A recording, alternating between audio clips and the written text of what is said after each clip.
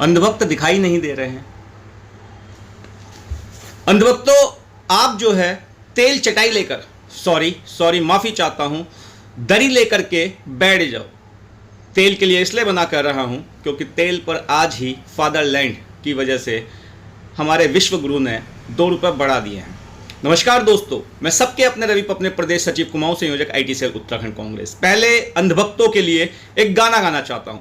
नमस्ते सदा वत्सले मातृभूमे त्वया हिंदू भूमे सुखम वर्धितो हम महामंगले पुण्य भूमे तुदर्थे पतत्वे शिकायो नमस्ते नमस्ते। दोस्तों, ये उन अंधभक्तों के लिए गाना गाया गया है जो अंधभक्त इस देश को कांग्रेस मुक्त भारत देखना चाहते हैं, लेकिन आज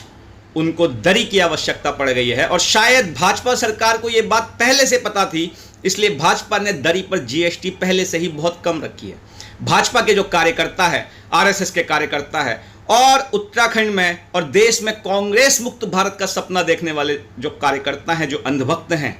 जो भी लोग आज कांग्रेस को देश से उखाड़ फेंकना चाहते हैं, उनके मुंह पे करारा तमाचा लगा है। आपके वर्षों की मेहनत को फिर से तार तार कर दिया गया है। वो इसलिए किया गया है क्योंकि आज उत्तराखंड में कैबिनेट विस्तार हुआ और इस कैबिनेट विस्तार में 5 नए चेहरों को जगह दी गई। इन 5 चेहरों में 3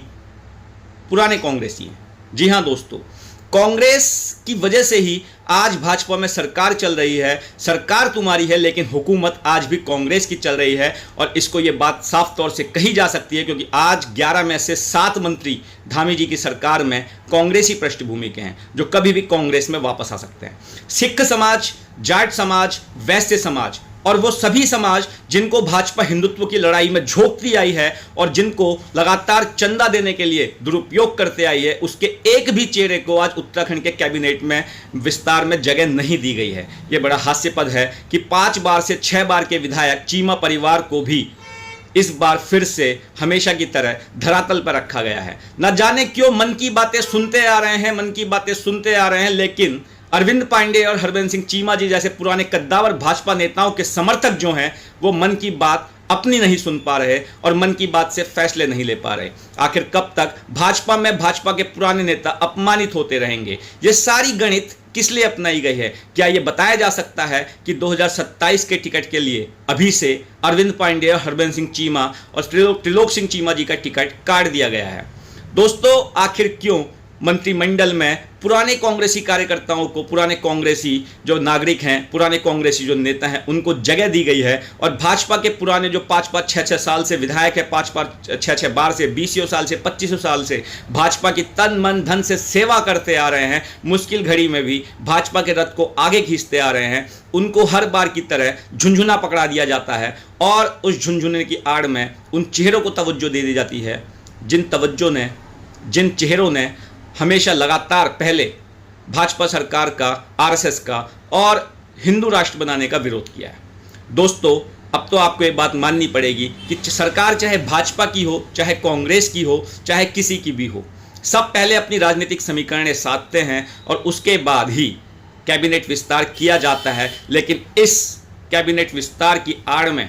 इन मुद्दों को दबाने के लिए, इन सच्चाइयों को दबाने के लिए भाजपा जैसी पार्टियां इस राज्य में लगातार विकास के मुद्दे को प्राथमिकता ना देते हुए हिंदू मुस्लिम के मुद्दे को प्राथमिकता दे रही है और जिहाद की रट लगाई पड़ी है। लेकिन दोस्तों, हाथी के दांत खाने के कुछ और होते हैं और दिखाने के कुछ और होते हैं। आज आपने देखा होगा, कल को ईद से पहले रामनगर जैसी विधानसभा में जहां मदन जोशी जैसे जो नेता हैं वो लगातार हिंदू मुस्लिम की नफरती आग फैला रहे हैं, वहीं दूसरी तरफ भाजपा के विधायक जो पहाड़ी समाज से आते हैं, श्री दीवान सिंह बिष्ट जी और अन्य भाजपा के नेता मुसलमानों की इफ्तार रोजा पार्टी में शामिल होते हैं। यही नहीं दोस्तों, भाजपा के मुखिया धामी जी जहां एक तरफ मुसलमानों से अपनी नफरत खुलकर दिखा रहे हैं, वहीं पहाड़ों में पिथौरागढ़, रानीखेत, बागेश्वर, टनकपुर और अन्य जगहों पर लगातार अल्पसंख्यक मोर्चा के नाम पर मुसलमानों को मजबूत किया जा रहा है। अब यह मजबूती इस प्रकार से दी जा रही है कि मुसलमानों को अल्पसंख्यक मोर्चे के नाम पर पद बांट दिए गए हैं और आपको कहा जा रहा है कि हरीश रावत ने उत्तराखंड के पहाड़ों पर मुसलमानों को बसा दिया है, मस्जिदें बसा दी हैं। सवाल यह पूछा जाना चाहिए कि अगर मुस्लिम समाज के लोगों को पहाड़ों पर, देवभूमि उत्तराखंड में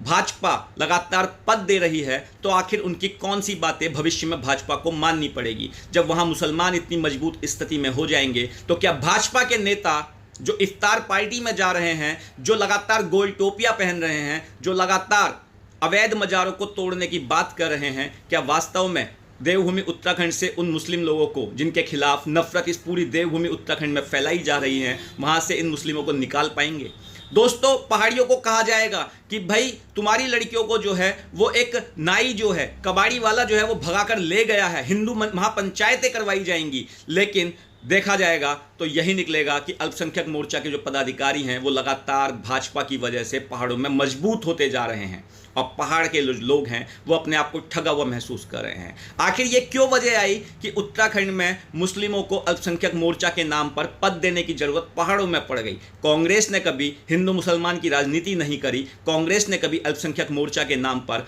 पद नहीं बांटे, फिर उत्तराखंड में ये जरूरत धामी सरकार को और भाजपा सरकार को क्यों पड़ी? इसकी मुख्य वजह यूजीसी है दोस्तों। यूजीसी का जिस प्रकार से सरकार जो है वो एक तरीके से पक्ष रख रही है कोर्ट के सामने, और जिस प्रकार से उत्तराखंड के ब्राह्मण, ठाकुर, वैश्य और जो स्वर्ण समाज के लोग हैं वो लगातार यूजीसी का विरोध कर रहे हैं, अब भाजपा को अपनी जमीन गिरती हुई दिखाई दे रही है। और यही वजह है कि गट्टू नाम का व्यक्ति, जिस पर अंकिता भंडारी के बलात्कार के और अंकिता भंडारी की हत्या के लगातार आरोप लगे हैं, उस दुष्यंत गौतम को उत्तराखंड में पुनः वापसी करवा दी गई है, जिससे भाजपा के अनुसार दलित वोट जो है वो लगातार भाजपा के खाते में जाता रहे, और जो स्वर्ण समाज, ब्राह्मण समाज, ठाकुर समाज, वैश्य समाज, जिनका उपयोग हमेशा भाजपा चंदा लेने के लिए करती है, उन लोगों का वोट अगर यूजीसी के नाम पर कट रहा है तो उसकी भरपाई मुसलमानों के नाम पर कर दी जाए। दोस्तों, आज हिंदुओं के बच्चों के हाथों में तलवार जो पकड़ाई गई है, लेकिन हिंदुओं के बच्चों की समझ को खत्म किया जा रहा है, और भाजपा लगातार अपनी राजनीतिक साजिश से रचते हुए जो कह रही है उसका लगातार उलट कर रही है। ये हमारी माता बहनों का, आपकी माता बहनों का, आपका ये परम कर्तव्य बनता है कि भाजपा की नीतियों का विरोध करें, और भाजपा के कार्यकर्ताओं से पूरा कांग्रेस सहानुभूति रखता है, और आज डंके की चोट पर कह देना चाहते हैं कि सरकार तुम्हारी है लेकिन हुकूमत हमारी है।